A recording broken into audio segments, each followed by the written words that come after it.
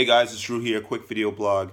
I wanted to do a video blog today about success, the way to think about success, and basically how to kind of drown out the wrong influences.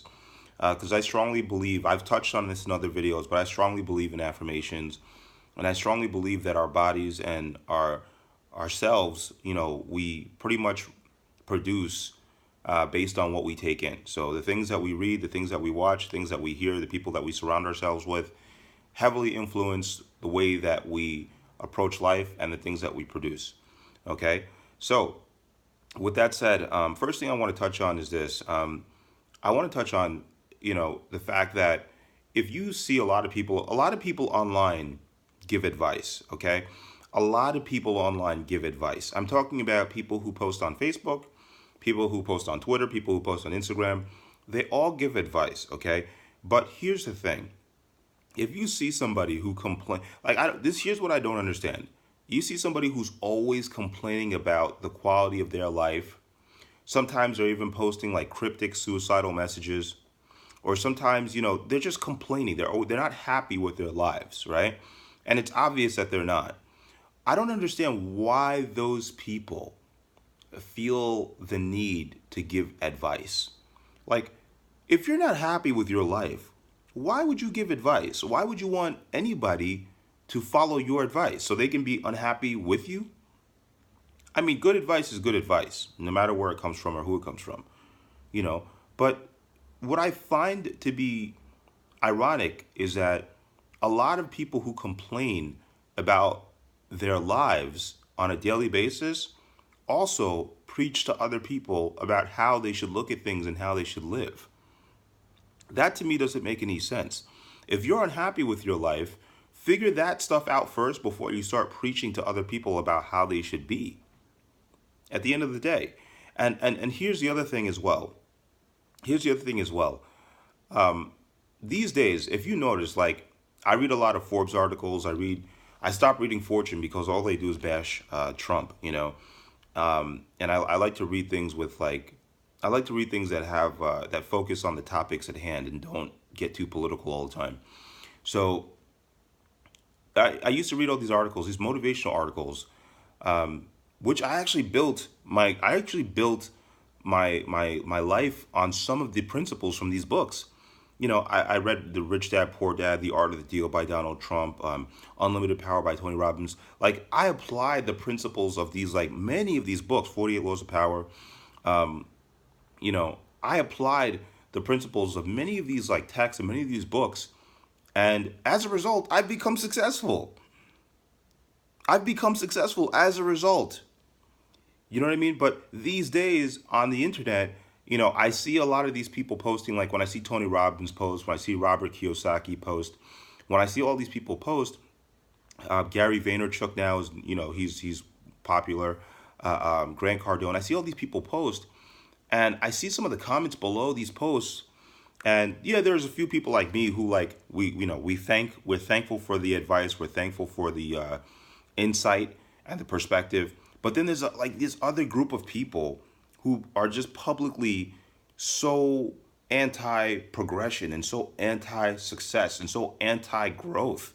And like they say things like, oh, none of this is important, getting money is not important, becoming successful is not important. And they say things like your family life is important, your traveling is important, all this stuff.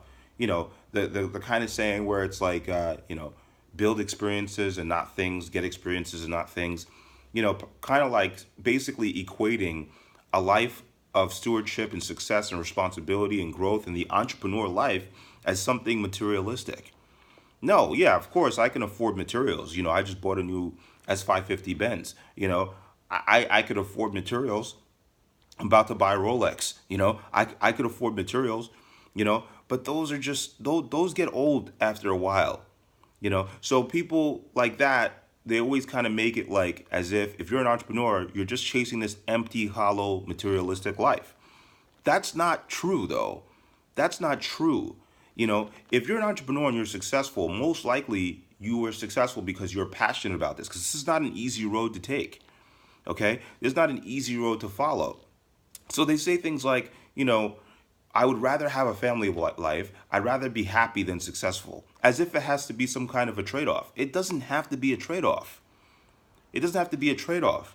And what I'm here to also let you know is that a lot of those people know it doesn't have to be a trade off, but they couldn't make it. So they're trying to tell you that it is a trade off because they couldn't make it. They couldn't figure out the equation for themselves. So now they're trying to tell you that it's a trade off because they fell into cognitive dissonance, and now they're trying to tell you that, oh, it's a trade-off between happiness and actual success. It's not. It's not. They just didn't want to put in the work. They just didn't want to go the extra mile. They just didn't want to do what had to be done.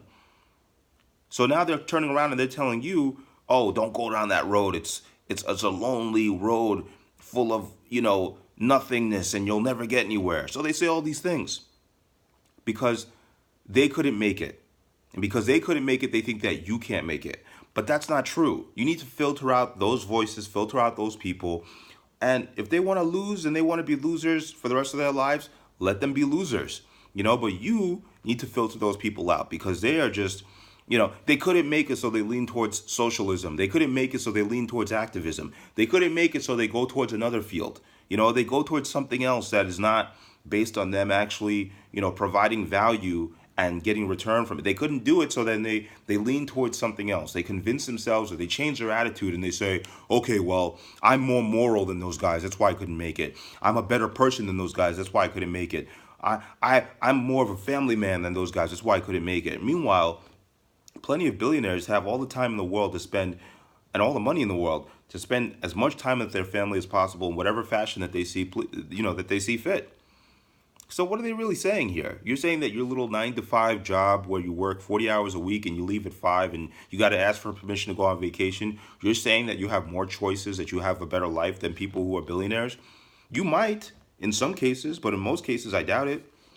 I doubt it. You see, money is one of those things that can measure things. That's why everybody tries to shy away from it, because everybody likes to put things in like emotional terms where you can't measure the outcome, you can't measure things. That's where all the BSers play. Where you can't measure things is where the BSers of the world play. The BSers of the world play in morality land. They play in emotional land. They play in things that can't be measured because there's plenty of room to distort things. But when it comes down to things that can be measured, that's when they get insecure. Because when you can reduce things to numbers, and when you can reduce things to things that can be measured, they're nowhere to be found because they'll get exposed by the measurement. You see, you need to learn how to separate people and filter people based on their quality that they produce. There's a lot of people that produce complaints, they produce excuses, they produce nonsense. Filter those people out and listen to the people who actually care about you succeeding. Believe it or not, when I'm doing these videos, I'm not making any money. Like, I don't sell books. I'm not like a motivational speaker. I'm not, well, not yet at least. I don't know. Maybe I might be one day, but I'm not a motivational speaker. I have a real business. Like, my business is not built on motivating you. I don't make money from scale because I'm getting on a video with you. My business has nothing to do with motivating you. I'm motivating you because I did this myself and I know that it works.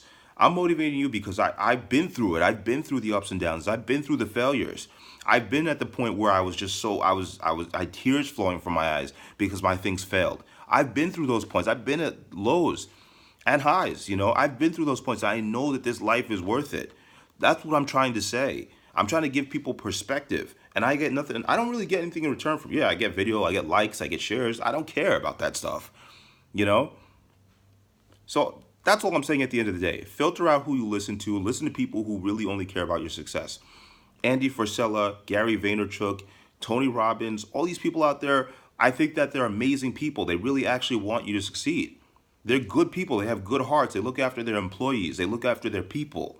You know what I mean? Follow those people. Don't follow the complainers and distorters and distractors. They're only going to lead you down a road of self-hatred and moping and self-loathing.